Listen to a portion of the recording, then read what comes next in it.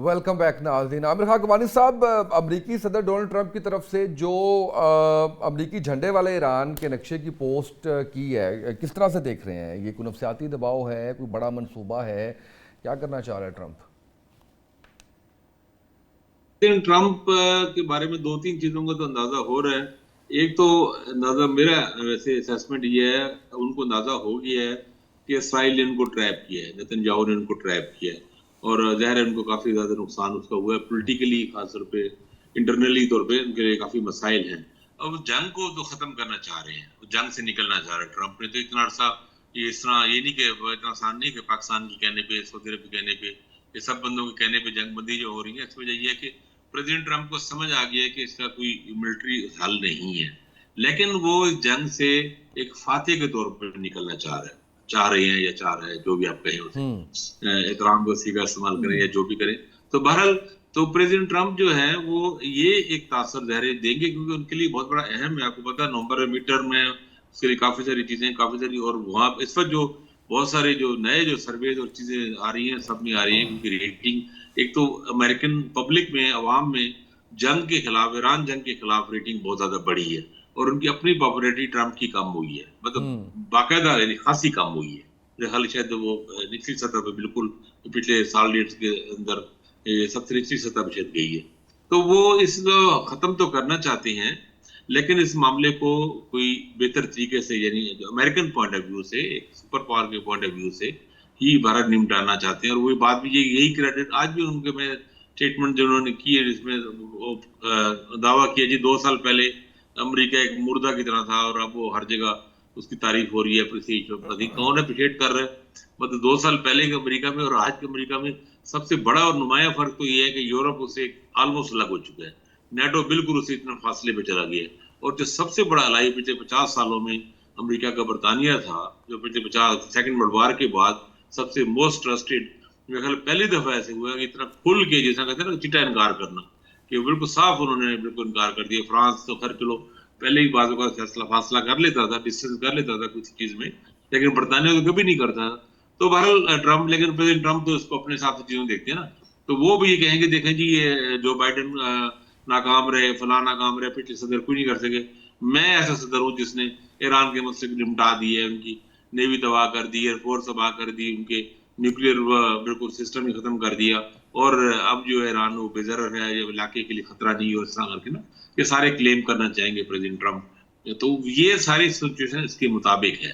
लेकिन अब वो अब इन्होंने कहा, अच्छा ये भी हम देखते हैं कि प्रेसिडेंट ट्रंप का एक खास स्टाइल है, एक तरफ वो धमकाते हैं और ये प्रेशर टैक्टिक्स के तौर पर इस्तेमाल करते हैं, एक्सट्रीम शिकल दिखाते हैं और फिर कोशिश होती है कि दरमियान में कोई रास्ता निकल आए, या फिर ये बात मामला अब वो 50-50 पर जो कह रहे हैं कि बात कि या तो ये है कि हम इसे बहुत शिद्दत से पहले से ज्यादा शदीद हमला करेंगे, या फिर दूसरी ये है कि हम अच्छी डील लेने में कामयाब हो जाएंगे।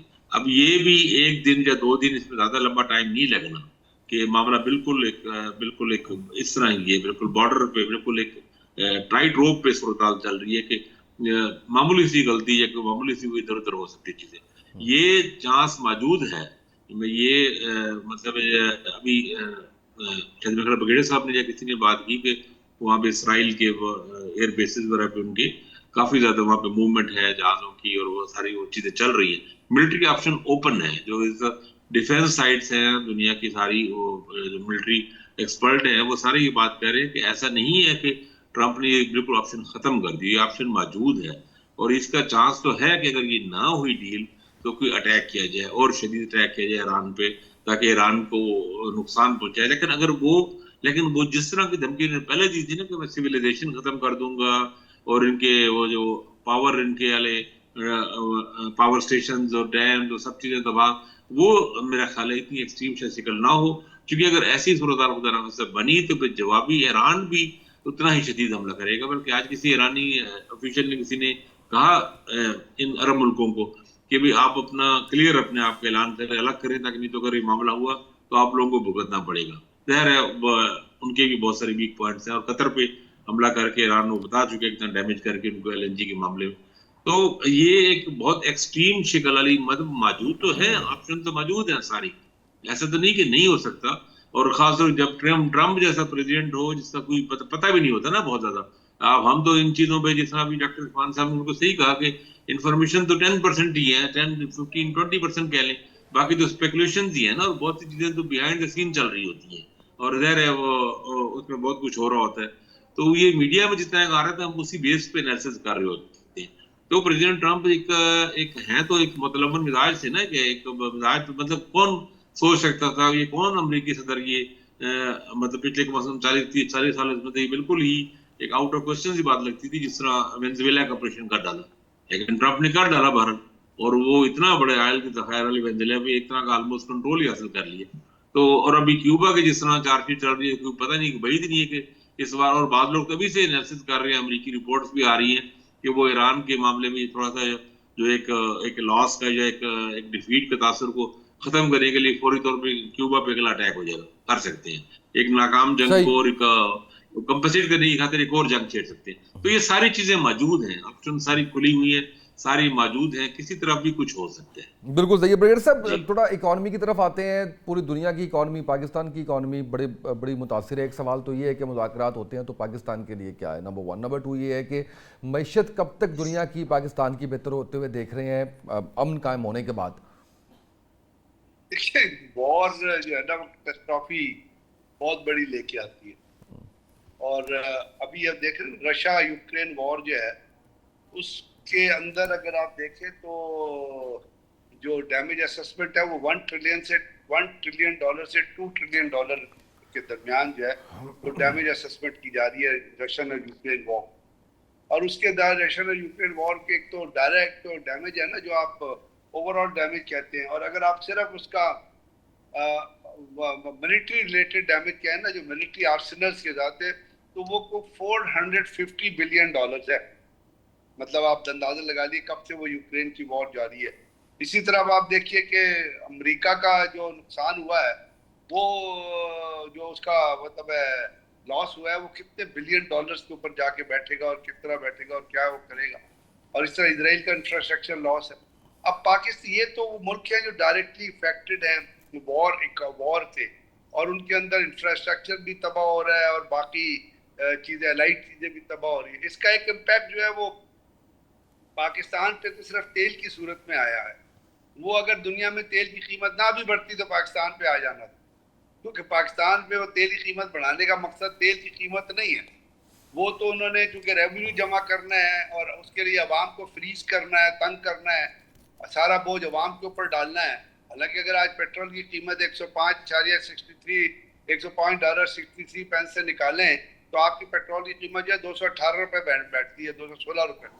उसमें अगर ₹8 आप ₹10 आप मार्जिन डाल दें उसका डीलर का, तो ₹230 के ऊपर जाके आपको पेट्रोल खत्म होता है। लेकिन पाकिस्तान में ₹198 लेवल है। वो तो अफ्रीका में कहीं जंग हो तो पाकिस्तान के ऊपर इफेक्ट आ जाता है, तो दुनिया में कहीं डिजास्टर हो पाकिस्तान फौरन उससे मुतासर हो जाता है।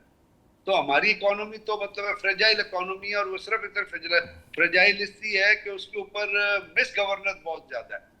और दुनिया में अभी इसका जो इम्पैक्ट आ रहा है वो देख रहे हैं। अभी मैं यूएनओ की रिपोर्ट शायद आपकी नजर से गुजरी हो, उन्होंने कहा अगर ये स्टेट ऑफ हॉर्मस इसी तरह बंद रही तो फूड इनसिक्योरिटी हो जाएगी। और अभी जो खलीजी ममालिक में उसका इम्पैक्ट जो है, जो हम अपने दोस्तों से बात करते हैं, वो कहते हैं हमारे यहाँ भी कोई 30 से 40% प्राइजेज जो है वो बढ़ चुकी हैं, इसलिए कि प्रोडक्ट जो अवेलेबिलिटी और अपना परचेज में जो फर्क नजर आ रहा है।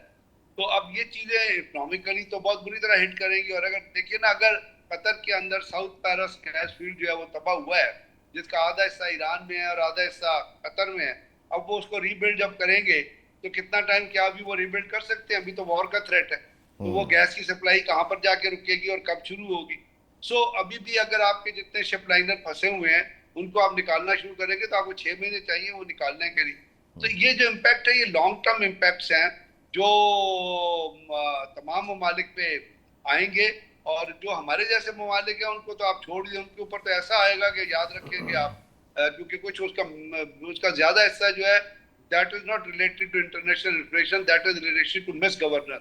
और वो जो अपना आप एक थानेदारी तरीके से आप लोगों से टैक्स लेते हैं, कोई लॉजिक जिसका नहीं होता है, कोई वजह नहीं होती। तो इकोनॉमिक इम्पैक्ट जो है, अभी भी आज देखिए पाकिस्तान का डेट कितना है, डेट टू जीडीपी रेशो निकाल लीजिए, और डेट निकाल लीजिए आपका कितना जा रहा है, कोई کہ کتنے بلین روپیز پہ آپ کا وہ چلا گیا اور پچھلے 7 سال کے اسٹیمیٹ لگا لیں.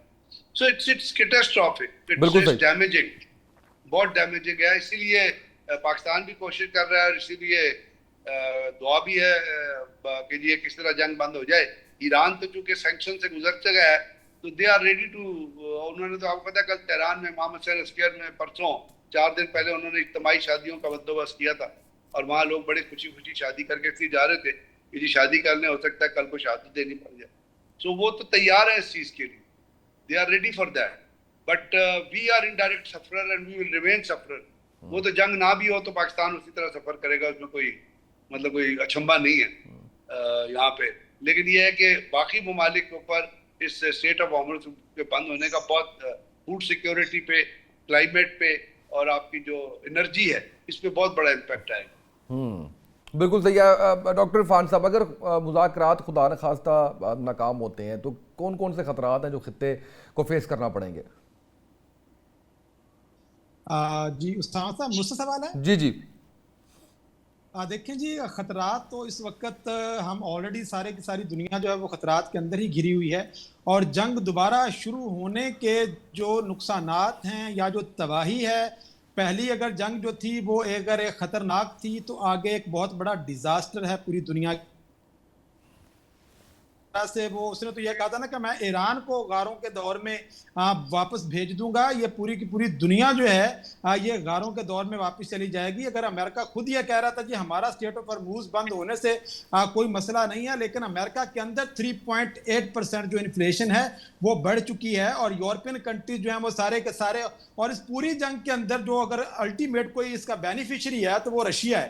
تو آپ دیکھتے ہیں کہ روس جو ہے اس نے آئل کی قیمتیں بڑھنے کی وجہ سے جتنا فائدہ روس کو ہوا ہے, چین نے بھی جب تک یہ ایران کا آئل بند ہونے کی وجہ سے اس نے بھی تمام ایگریمنٹس جو ہیں وہ روس کے ساتھ کر لیے ہیں. یوکرین کی طرف سے دنیا کا ویسے ہی دھیان بٹ چکا ہے, اور خود امریکہ جو ہے اس کے لیے بھی یہ جنگ بہت بڑا ڈیزاسٹر ثابت ہوئی ہے. تو خدا نہ خواستہ, اور دوسری بات میں یہ سمجھتا ہوں کہ یہ جنگ مستقل طور پر بند نہیں ہوگی, اس کے بہت سارے فیکٹرز ہیں. یہ جنگ وقتی طور پر کچھ عرصے کے لیے آپ کو لگے گا کہ ایک اس کے اندر وہ جنگ بندی ہو چکی ہے, لیکن جس کی طرف جیسے غضنفر صاحب بھی اشارہ فرما رہے تھے کہ جو سپوائلر ہے اسرائیل, کیونکہ ایران کی جو ڈیمانڈز ہیں ان کے اندر ہر سطح پر جنگ ختم کرنے کا اس نے گارنٹی مانگی ہے. آل فرنٹس جنگ, جو آل فرنٹ کا مطلب کیا ہے کہ لبنان میں بھی جنگ ختم ہو, آپ کے ادھر غزہ کے اندر بھی جنگ ختم ہو, اور جہاں جہاں جن جن فرنٹس کے اوپر اس جنگ کے شروع ہونے کے بعد جنگ شروع ہوئی تھی وہ ختم ہونی چاہیے. اگر وہ بھی جاری رہتی ہے تو پھر آپ کہہ لیں کہ شاید امریکہ تو کسی طرح سے اس جنگ سے باہر آ جائے, کیونکہ اس نے اپنی ساکھ کو بچانا ہے, اور جیسے خاکوانی صاحب نے فرمایا کہ وہ ایک فاتح کی حیثیت سے اس سے نکلنا چاہ رہا ہے. لیکن جو اسرائیل ہے وہ اپنا جو سپوائلر کا رول ہے وہ اس کا کردار ادا کرتا رہے گا, اور اس وقت بھی جو لبنان کے اندر وہ مسلسل اس نے جنگ شروع رکھی ہوئی ہے, وہ اسی وجہ سے لبنان اس کے نشانے پر ہے, کیونکہ اس کو پتہ ہے کہ ایران جو ہے لیبنان کو چھوڑ کر جنگ بندی کے اوپر شاید نہ آئے, لہٰذا وہ یہ چاہتا ہے کہ یہ جنگ جتنی پرولونگ ہو سکتی ہے, اور اگر تو اس کا دوسرا راؤنڈ بھی شروع ہو جائے تو بڑی اچھی بات ہے.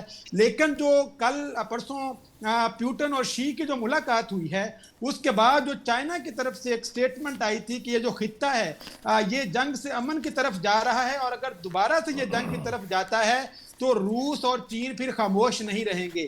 اس جو بیان تھا اس کے اندر ایک بہت بڑا پیغام تھا امریکہ کے لیے بھی, اور اسی وجہ سے میرا خیال ہے کہ ڈونلڈ ٹرمپ بھی جو ہے وہ تھوڑے سے اس جنگ بندی کے حوالے سے, اور ابھی تھوڑی دیر پہلے ان کی ٹویٹ میں دیکھ رہا تھا, اب انہوں نے کیا کیا کہ پہلے تو ایران کی سیولائزیشن کی تباہی کی بات کر رہے تھے, اب ایران کے پورے میپ کے اوپر انہوں نے امریکن فلیگ جو ہے وہ بنا کر ایک ٹویٹ کر دی ہے کہ مطلب یہ اب امریکن کلونی بننے جا رہا ہے ایران آنے والے وقتوں کے لیے.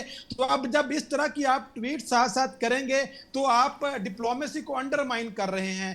آلریڈی جو امریکہ کی की जो ट्रस्ट है दुनिया के ऊपर, देखें चीन और रूस इस जंग को बंद करने में फ्रंट लाइन पे आ सकते थे, लेकिन चीन इस वजह से दूर है कि मैं एक जंग बंदी करवाऊं और कल को अमेरिका दोबारा से इस जंग को शुरू कर दे तो ये इल्जाम चीन अपने ऊपर लेना नहीं चाहता है। इस वजह से आप देखते हैं कि तमाम ममालिक की जो नजरें हैं वो पाकिस्तान के ऊपर लगी हुई हैं कि अल्टीमेटली डोनाल्ड ट्रंप भी पाकिस्तान के साथ एक्सपेक्ट कर रहे हैं।